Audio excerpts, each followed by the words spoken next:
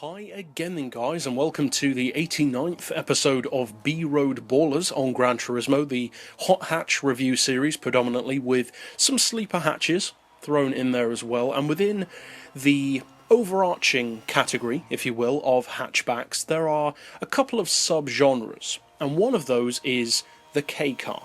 Built, of course, specifically for the Japanese market, for vehicles which have to be a certain size. They have to have a certain amount of power, a certain engine size, that kind of thing.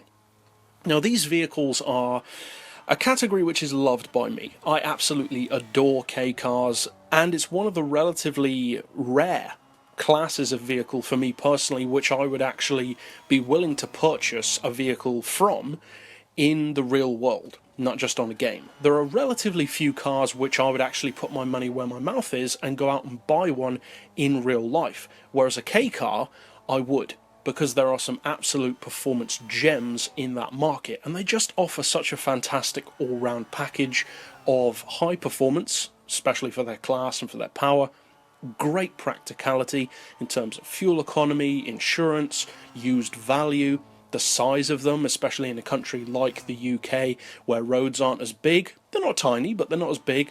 You've got back lanes, that kind of stuff.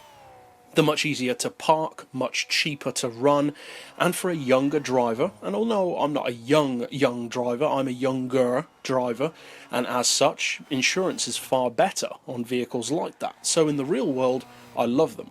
In the world of Gran Turismo, though, they tend to be a little bit more specialised. They're not as capable in the grand scheme of things as something like a 500 horsepower Megane or a 480 horsepower Focus. They just don't have that kind of performance range. But what they do at their level can sometimes be pretty remarkable. Cars like the Suzuki Cappuccino or the Mitsubishi Minica or the Daihatsu Core, they're fantastic for their respective PP levels, for their power levels, certainly for their engine size. They are, I would say, remarkable little cars considering what they have to work with. Now, this vehicle is, even within the Kei car class, a pretty unique one. It's a Suzuki Kei car, and I'm not a huge fan of Suzuki Kei cars in general. I don't dislike them, but there aren't really as many of their models that I'm hugely interested in.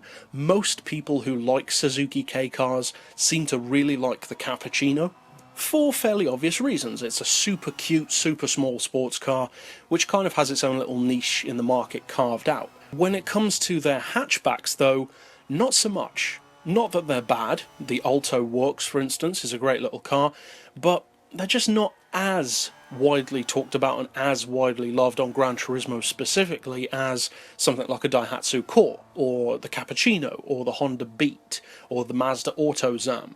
Now this car, the case in point, the Suzuki Kei, named after the class which it runs in, is a pretty interesting alternative to some of the other Kei cars, not just because of its power or its performance, but because of the drivetrain layout. This is one of the very, very few Kei cars on Gran Turismo which actually has all-wheel drive. Because, of course, the vast majority of the Kei cars, especially the hatchbacks, are front-wheel drive, and then the sports speciality ones are rear-wheel drive. It's relatively rare to have an all-wheel drive Kei car on Gran Turismo. In real life, there are a fair amount of all-wheel drive Kei cars, but on the game, there really isn't. And that's a shame, because having all-wheel drive in such a tiny vehicle can be a huge advantage to have, especially on really tight, twisty rally circuits. And that is where a car like this can really come into its own, because having all-wheel drive as well as all of the great typical advantages that you'd expect from a Kei car can really serve its purpose well. Now, the engine is pretty small. It's only a 658cc, as you'd assume, turbocharged obviously, and in peak form, which is with the mid-range turbo, in the case of this car, you're looking at really good numbers.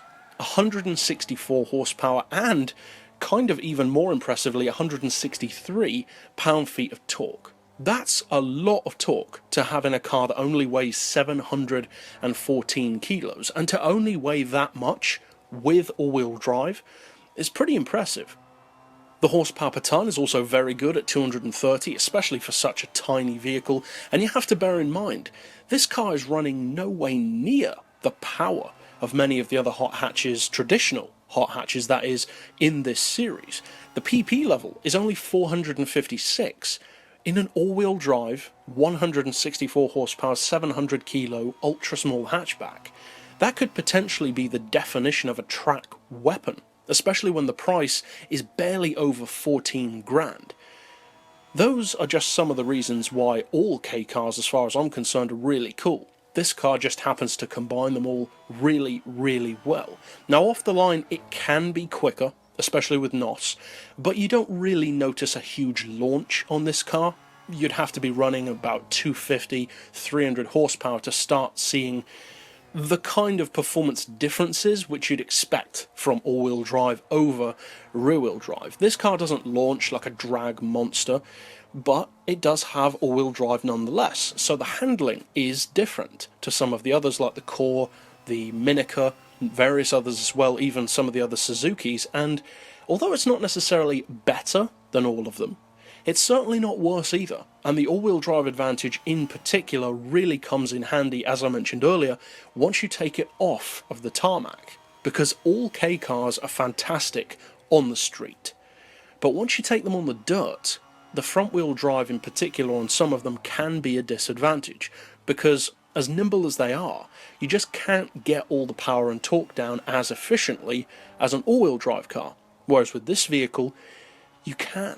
So off-road you can use it as a great little rally car, and I personally view this vehicle kind of like the undervalued, lower level equivalent of something like a Daihatsu Storia Cross 4, which is one of my favourite cars in the game, and many of you guys on the channel know how much I love that car. So overall, I would definitely recommend giving this car a look, even if you're not necessarily a Kei car fan. But that's it overall for this episode.